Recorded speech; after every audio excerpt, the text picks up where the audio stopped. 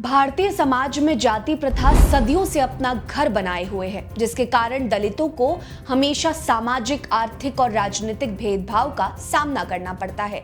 संविधान द्वारा समानता और अधिकारों की गारंटी मिलने के बावजूद आज भी दलितों के साथ भेदभाव, हिंसा और अन्याय की घटनाएं सामने आती रहती हैं। शिक्षा, रोजगार और राजनीति में दलित समाज ने प्रगति तो की है, लेकिन सामाजिक मानसिकता में बदलाव की रफ्तार बहुत धीमी है। देश में फिर से वैसे तमाम मामले सामने आए हैं जो सवाल करते हैं कि आखिर दलितों की स्थिति कब सुधरेगी और कौन उनकी सुध लेगा।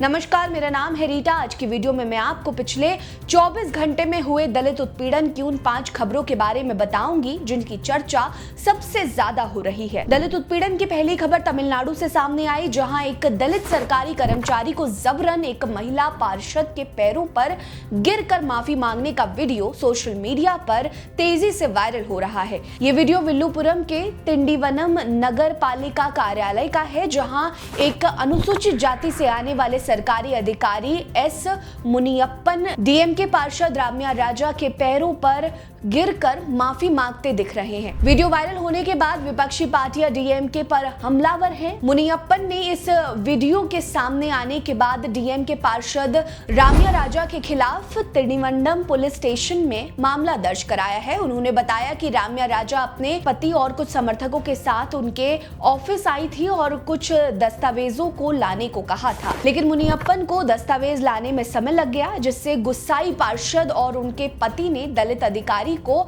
जाति सूचक गालियां देनी शुरू कर दी और जबरन पार्षद के पैरों में गिरकर माफी मांगने को कहा। वहीं बीजेपी नेता अन्नामलाई ने निशाना साधते हुए कहा कि डीएमके केवल न्याय का दिखावा करती है, लेकिन असल में सबसे ज्यादा अन्याय उन्हीं के राज में होता है। वहीं महिला पार्षद ने कहा कि दलित अधिकारी को पैरों में गिरने के लिए नहीं कहा गया था, वो खुद भावुक होकर गिरा है। हालांकि मामले की सच्चाई क्या है, ये पुलिस की जांच के बाद ही साफ हो पाएगा। दलित उत्पीड़न की अगली खबर झारखंड से है, जहां एक दलित पुलिस कर्मचारी पर पूर्व कांग्रेसी नेता ने दनादन थप्पड़ बरसा दिए। दरअसल ये मामला लातेहार जिले का है, जहां कर्मा पर्व के दौरान दोपहर को पूर्व कांग्रेस मंत्री कृष्णानंद त्रिपाठी का काफिला जाम में फंस गया था। उस वक्त कांस्टेबल रविंद्र रकियासन ट्रैफिक को क्लियर करवाने में लगे हुए थे। तभी पूर्व कांग्रेस नेता ने जल्द से जल्द रास्ता क्लियर करने को कहा, लेकिन भीड़ ज्यादा होने के कारण कांस्टेबल तेजी से रास्ता साफ नहीं करवा पाए, जिससे गुस्साए कांग्रेसी नेता ने कांस्टेबल को कई थप्पड़ जड़ दिए। इतना ही नहीं, कांग्रेसी नेता ने आदिवासी और हरिजन जैसे शब्दों का भी इस्तेमाल करके पुलिस वालों को अपमानित भी किया। इस घटना को लेकर दलित पुलिस कर्मचारी ने नगर थाना डाल्टनगंज में एफआईआर दर्ज कराई है, जिसमें मारपीट के साथ साथ SC/ST एक्ट अधिनियम के तहत मामला दर्ज किया गया है। वहीं कांग्रेस मंत्री का कहना है कि उन पर लगे आरोप बेबुनियाद हैं। उन्होंने केवल रास्ता साफ कराने को कहा था, उन्होंने किसी के साथ कोई बदसलूकी नहीं की है। ये केवल बदला लेने के मकसद से उन्हें फंसाया गया है। वहीं लातेहार पुलिस मेन एसोसिएशन के अध्यक्ष करण सिंह ने डीजीपी को पत्र लिखकर नाराजगी जाहिर करते हुए कहा कि किसी को भी इस तरह के किसी का भी अपमान करने की इजाजत नहीं है। अगर कोई गलती हुई है तो ऊपर के अधिकारियों से शिकायत की जा सकती थी, लेकिन खुद से अपमान करने का क्या मतलब बनता है। उन्होंने जल्द से जल्द असली आरोपी के खिलाफ कार्रवाई करने की मांग की है। दलितों से जुड़ी अगली खबर बिहार के सिवान से सामने आई है, जहां दलित बस्ती बिजली संकट से बेहाल हो चुका है। ये खबर सिवान के रघुथानपुर निकती कला गांव का है, जहां दलित बस्ती में सैकड़ों दलित घरों में बिजली आपूर्ति की स्थिति दयनीय हो चुकी है। दलित बस्ती लगातार पावर कट की समस्या से गुजर रही है। यहाँ करीब 500 घरों पर केवल एक ट्रांसफार्मर है, जिसके कारण लोगों की परेशानियां बढ़ती जा रही हैं। इस दलित बस्ती में कभी-कभी हालत उतने खराब होते हैं कि लोगों को मोबाइल फोन चार्ज करने तक में परेशानी होने लगती है। इस मामले में दलित बस्ती के लोगों ने कई बार बिजली विभाग में शिकायत भी दर्ज कराई, लेकिन वहां से कोई भी उनकी सुध लेने के लिए नहीं आया। ग्रामीणों का कहना है कि वे कई सालों से इस समस्या से जूझ रहे हैं। ऐसे में अब अगर जल्द से जल्द इस मुद्दे पर बिजली विभाग कोई एक्शन नहीं लेता है तो ग्रामीणों को मजबूरन आंदोलन करना पड़ेगा। हैरानी की बात तो यह है कि एक तरफ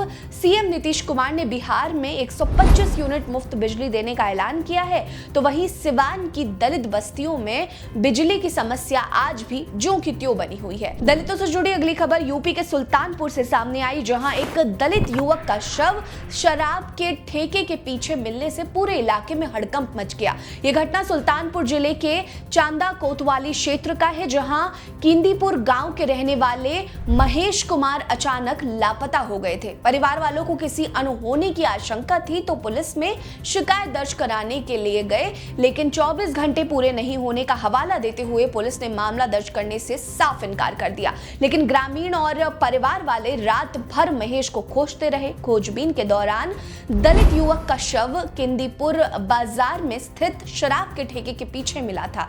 महेश की किसी धारदार हथियार से गला रेत कर दी गई थी। पुलिस तुरंत घटनास्थल पर पहुंची और शव को पोस्टमार्टम के लिए भेज दिया गया। पुलिस क्षेत्राधिकारी अब्दुल सलाम ने बताया कि मृतक पहले लापता था, लेकिन शव मिलने के बाद जिस हालत में शव मिला है उससे साफ है कि किसी ने जानबूझकर उसे मारकर ठेके के पीछे फेंक दिया है। उनका कहना है कि पुलिस ने इस मामले की जांच के लिए एक टीम गठित की है। रिपोर्ट आने के बाद ही मौत के कारणों का सही पता चल पाएगा। साथ ही पुलिस मुख्य आरोपी की भी तलाश कर रही है ताकि का मेन मोटिव पता चल सके। दलितों से जुड़ी अगली खबर हरियाणा के बवानी खेड़ा विधानसभा क्षेत्र की है, जहां दलित व्यक्ति का घर गिर गया और उसके 3 मासूम बच्चों की मौत हो गई। वहीं खुद दंपत्ति और एक 5 साल के मासूम की हालत गंभीर बनी हुई है। ये घटना कलिंगा गांव की है, जहां दलित बस्ती में इतना ज्यादा जल भराव है कि एक दलित व्यक्ति के घर की दीवार गिर गई। दलित व्यक्ति के घर की हालत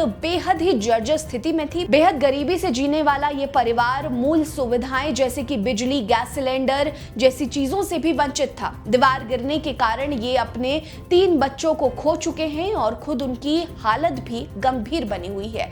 घटना के बाद दलित समाज के लोग पीड़ित के घर मुआयना करने पहुंचे थे, जहां घर की स्थिति देखकर सभी हैरान रह गए। घर के अंदर पूरी तरह से अंधेरा छाया हुआ था। घर को अंदर से देखने के लिए भी फोन के टॉर्च का सहारा लेना पड़ा था। फिलहाल इस मामले में प्रशासन की तरफ से कोई बयान नहीं आया है। हैरानी की बात तो यह है कि सरकार के तमाम दावों के बाद भी राजधानी दिल्ली से सटे क्षेत्र की हालत इतनी खराब है, ना तो दलितों की सुध ली जाती है और ना ही उनके लिए कोई समाधान निकाला जा रहा है। दलितों से जुड़ी इन खबरों पर आपकी क्या राय है, हमें कमेंट सेक्शन में जरूर बताएं। साथ ही वीडियो को लाइक करना मत भूलिए, चैनल को जरूर सब्सक्राइब करिए, हमारे साथ बने रहिए। नमस्कार।